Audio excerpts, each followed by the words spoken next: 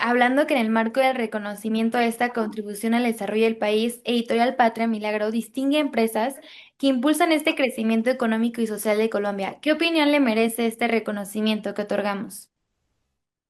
No, muy bueno que el presidente Abelardo de la Priella le haga este reconocimiento a esas empresas que todos los días producen para el país. Es que estaban muy golpeadas, había mucho, estaba muy desmotivado. Esto incentiva al empresario a seguir produciendo, y él lo ha dicho, el presidente lo ha dicho, el presidente electo hoy lo ha dicho.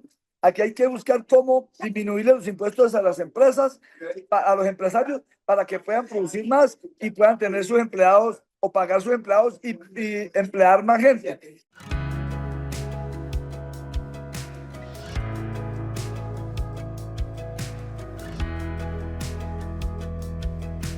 El día de hoy nos encontramos con el senador José Carreño. Gracias por estar aquí el día de hoy con nosotros, senador. Daniela, no, me da mucho gusto poder atenderles y de verdad muchas gracias por el espacio que me permiten. Un saludo a todos los colombianos y al mundo entero, que estoy convencido que y sé que este programa lo ve en muchas partes del mundo. Un saludo muy especial. Muchísimas gracias. Y me gustaría comenzar un poco acerca de esta entrevista con la trayectoria que ha tenido en la política. Cuéntenos un poco acerca de eso.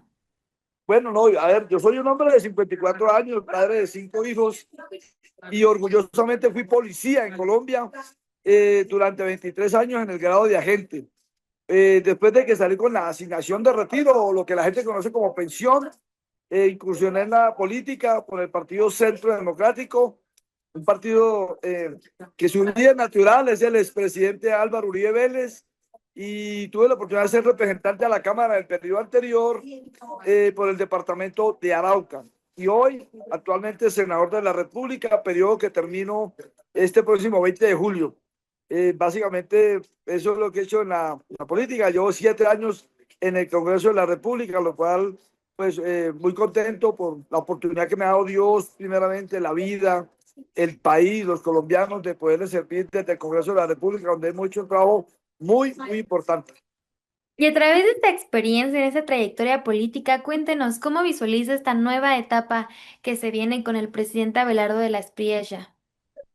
Muy contento como colombiano, muy contento porque el país se da una oportunidad de volver a encuadernar al país.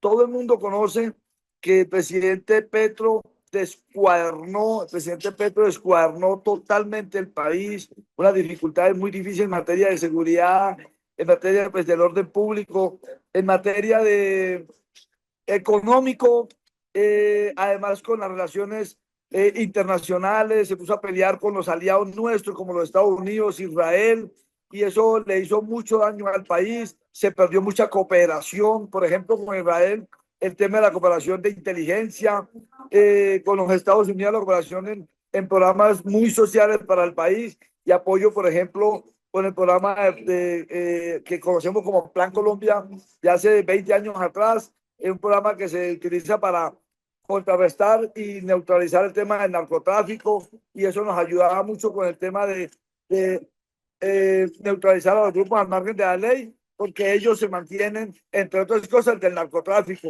Y estos programas que hoy están en vilo, que los Estados Unidos ha venido disminuyendo por esa muy mala relación del presidente con la comunidad internacional, nos hizo muchísimo daño. Y retomando, senador, esa trayectoria de la que nos contaba, me gustaría que nos compartiera acciones legislativas destacables que ha tenido en esa trayectoria tan grande. Mire, gloria a Dios por esto. Me dio la oportunidad en estos 7 años de ser congresista, como le dije, representante a la Cámara y hoy senador. Fui autor de 7 proyectos, de 13 proyectos de ley. 6 de ellos hoy ley de la República y 7 que quedan en el camino en diferentes comisiones que siguen avanzando para este nuevo periodo. Pero te puedo decir que me siento muy orgulloso de ellos, pero yo fui ponente de la reforma a la Policía Nacional. Hicimos una reforma muy importante a la Policía Nacional y fui su ponente. Y dentro de esa ley logré que a los policías del nivel ejecutivo es decir, a la base de la policía. En Colombia está la policía establecida entre el nivel ejecutivo y oficiales. Entonces, a los oficiales le pagaban un subsidio por la esposa y los hijos. Y durante más de 30 años, de cuando nació el nivel ejecutivo, no le pagaban la prima por su esposa y sus hijos a los policías del nivel ejecutivo, es decir, a la base. Logró en esa ponencia de la reforma de la policía que se incluyera ese porcentaje para esos casi 180.000 hombres y mujeres del nivel ejecutivo. Y cuando fui representante de la Cámara, pues logramos que quedara como una bonificación y que fuera cada 2 meses, es decir, bimestral. En este periodo, como senador, reformé esa ley con un proyecto de ley de mi autoría para que ese subsidio sea mensual y factor salarial, es decir, que cuando se retiren les quede de por vida en la pensión o en la asignación de retiro. Hoy ley de la República, ya fue sancionada por este gobierno. Estamos a la espera que lo reglamente y empiece a pagárselo mensual y factor salarial como se lo pagan a los oficiales durante toda su vida o toda su carrera. Igualmente, contarle que soy autor de un tema que se llama la Mesada 14, es decir, que le hicimos una enmienda o una reforma a la Constitución Política en el artículo 48 en un acto legislativo que presenté para que se blindara, se le diera rango constitucional a la Mesada 14. ¿Qué es la Mesada 14?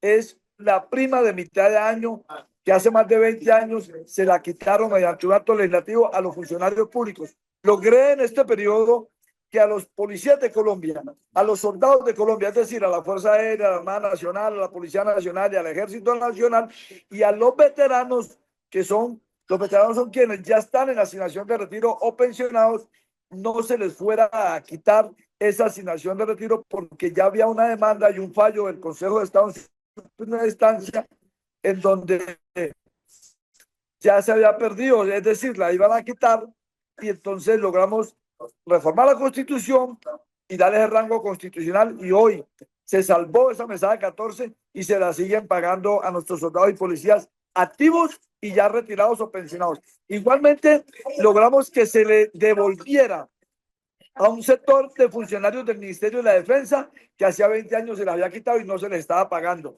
Esa es la mesada 14, una ley nuestra, una reforma, un acto legislativo, reforma a la Constitución.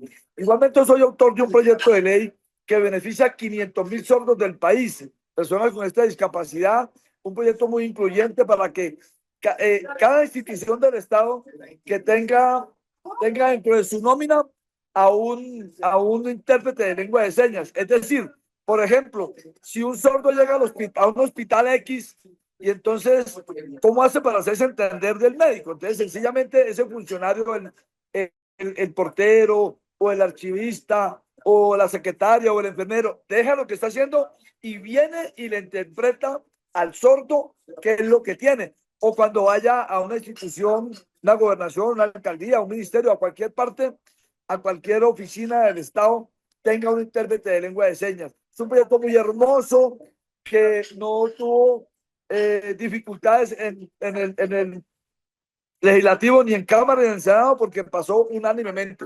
Pasó el Me parece proyecto, increíble.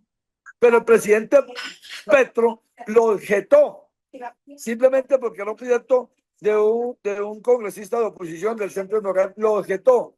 Entonces dice la ley que tiene que volver el proyecto a Cámara y a Senado para que el Congreso vuelva y revise. Y estas objeciones, el Congreso en pleno, incluida la bancada del presidente, se las negó.